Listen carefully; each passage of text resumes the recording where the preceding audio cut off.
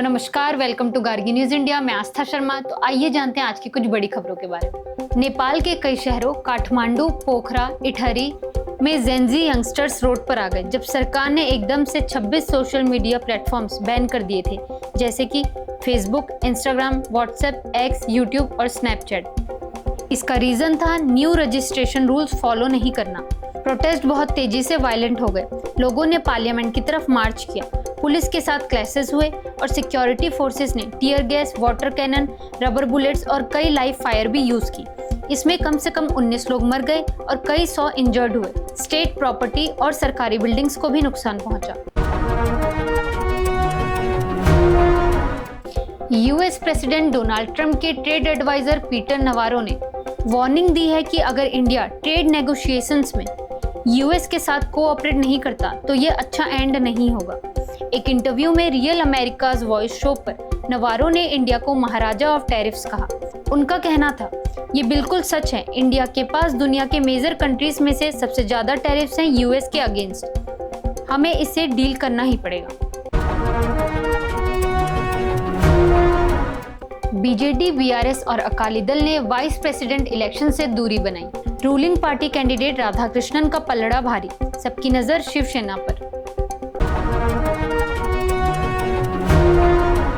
चीन के foreign ministry ने अनाउंस किया है कि प्रेसिडेंट शी जिनपिंग एक इम्पोर्टेंट स्पीच देने वाले हैं वर्चुअल समिट में।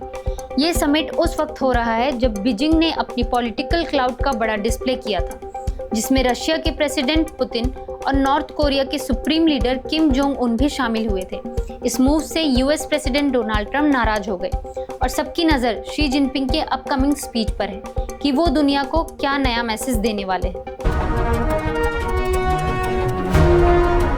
कांग्रेस संसदीय दल की अध्यक्षा सोनिया गांधी ने केंद्र सरकार की 2.72 लाख करोड़ की ग्रेट निकोबार इंफ्रास्ट्रक्चर परियोजना को एक ग्रेव मिसएडवेंचर बताया, जो देश के संवैधानिक, कानूनी और पर्यावरणीय सिद्धांतों को ताक पर रख रही है।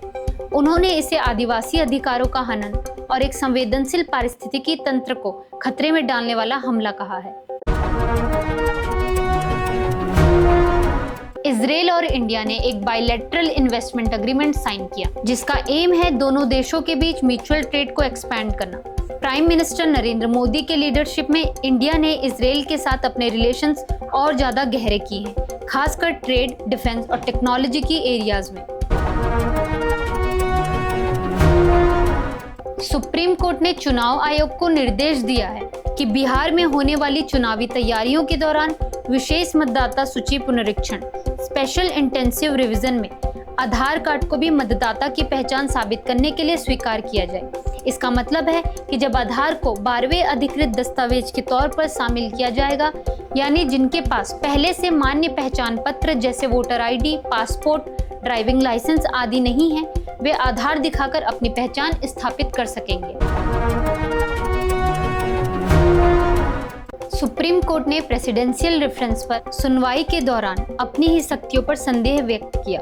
विधेयकों पर निर्णय के बारे में कोर्ट द्वारा समय सीमा तय करने और समय के भीतर निर्णय न लेने पर डीम्ड एसेंट मान लेने पर सवाल किया। शीर्ष अदालत ने विधेयक पर निर्णय लेने के लिए राज्यपाल और राष्ट्रपति के लिए समय सीमा तय करने का समर्थन कर रहे तमिलनाडु की ओर से पेश वकील अभिषेक मनु सगली से सवाल किया कि अगर समय सीमा का पालन नहीं किया जाता है तो क्या होगा। राष्ट्रपति द्रौपदी मुर्मू ने सुप्रीम कोर्ट को 14 संवैधानिक सवाल भेजकर राय मांगी। थाईलैंड के सुप्रीम कोर्ट ने फैसला सुनाया कि फॉर्मर प्राइम मिनिस्टर थाकसिन सिनावात्रा को 1 साल की जेल की सजा भुगतनी होगी। कोर्ट का कहना है कि थाकसिन ने जो प्रिजन टाइम हॉस्पिटल डिटेंशन के दौरान स्किप कर दिया था, उसे अब कंप्लीट करना होगा। चाइनीज एम्बेसडर जू फेईहोंग ने कहा कि ट्रंप एडमिनिस्ट्रेशन के इंडिया पर लगाए गए 50% टैरिफ्स अनफेयर और अनरीजनेबल हैं। उन्होंने ये भी एम्फेसाइज किया कि न्यू दिल्ली और बीजिंग को अपने इकोनॉमिक टाइज को और स्केल अप करना चाहिए ताकि दोनों मिलकर इस चैलेंज का सामना कर सकें। प्राइम मिनिस्टर नरेंद्र मोदी ने उपराष्ट्रपति चुनाव में अपना पहला वोट डाला। एनडीए के उम्मीदवार तथा महाराष्ट्र के राज्यपाल सीपी राधाकृष्णन विपक्ष के उम्मीदवार बी सुदर्शन रेड्डी के मुकाबले विजयी संभावित होते दिख रहे हैं। संसद सदस्य वोटिंग करेंगे और राधाकृष्णन इस चुनाव में मजबूत दावेदार बनकर उभरे हैं। रशिया ने एक mRNA based cancer vaccine develop की है जिसका नाम है एंट्रोमैक्स। प्री क्लिनिकल ट्रायल्स में इसने 100% एफिकेसी और सेफ्टी दिखाई है, मतलब ट्रायल स्टेज में ये वैक्सीन बिल्कुल इफेक्टिव रही है। ये वैक्सीन थेरेपेटिक है, यानी कि कैंसर को ट्रीट करने के लिए बनाई गई है। Famous film maker Rakesh Roshan ने अनाउंस किया है उनकी सुपरहिट फ्रेंचाइजी की अगली फिल्म क्रिश 4 अब पूरी तरह से तय हो चुकी है और सभी बजट व प्रोडक्शन संबंधी प्रॉब्लम्स अब दूर हो गई हैं। ऋतिक रोशन एक बार फिर क्रिश का किरदार निभाएंगे और साथ ही वे इस फिल्म के निर्देशक की भूमिका में भी नजर आएंगे। फिल्म का प्री प्रोडक्शन कार्य जारी है और मुख्य शूटिंग 2026 के मध्य में शुरू होने की योजना है। ताहिरा कश्यप की निर्देशित फिल्म शर्मा जी की बेटी को कंटेंट एशिया अवार्ड्स 2025 में बेस्ट एशियन फीचर फिल्म का पुरस्कार मिला है। यह हिंदी सिनेमा के लिए एक खास उपलब्धि है।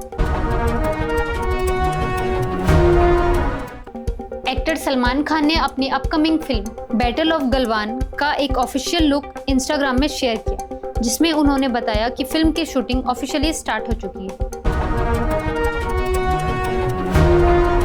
प्राइम मिनिस्टर नरेंद्र मोदी ने हिमाचल प्रदेश के बाढ़ प्रभावित क्षेत्रों के लिए 1500 करोड़ रुपए की वित्तीय सहायता का ऐलान किया है। हिमाचल प्रदेश के कांगड़ा जिले का हवाई सर्वे करने के बाद प्रधानमंत्री नरेंद्र मोदी ने प्रदेश के बाढ़ प्रभावित क्षेत्रों के लिए 1500 करोड़ रुपए की वित्तीय सहायता का ऐलान किया है। पीएम मोदी ने इस दौरान मृतकों के परिजनों को 2-2 लाख रुपए की अनुग्रह राशि और घायलों को 50-50 हजार रुपए देने की घोषणा की। नेपाल के प्राइम मिनिस्टर केपी ओली ने रिजाइन कर दिया। उन्होंने ये स्टेप लिया बढ़ते प्रेशर के बीच, जब एक डेडली क्रैकडाउन में कम से कम 19 लोगों की मौत हो गई और पूरे देश में फिर से प्रोटेस्ट शुरू हो गए। जम्मू कश्मीर के कुलगाम जिले में मुठभेड़ दूसरे दिन में दाखिल हो गई, जहां सुरक्षा बलों की आतंकियों के साथ गोलीबारी जारी है। एक अधिकारी ने बताया कुलगाम में टेररिस्ट के खिलाफ ऑपरेशन दूसरे दिन फिर से स्टार्ट हुआ है। तो ये थी आज की कुछ बड़ी खबरें। देखते रहिए गार्गी न्यूज इंडिया। मैं आस्था शर्मा, धन्यवाद।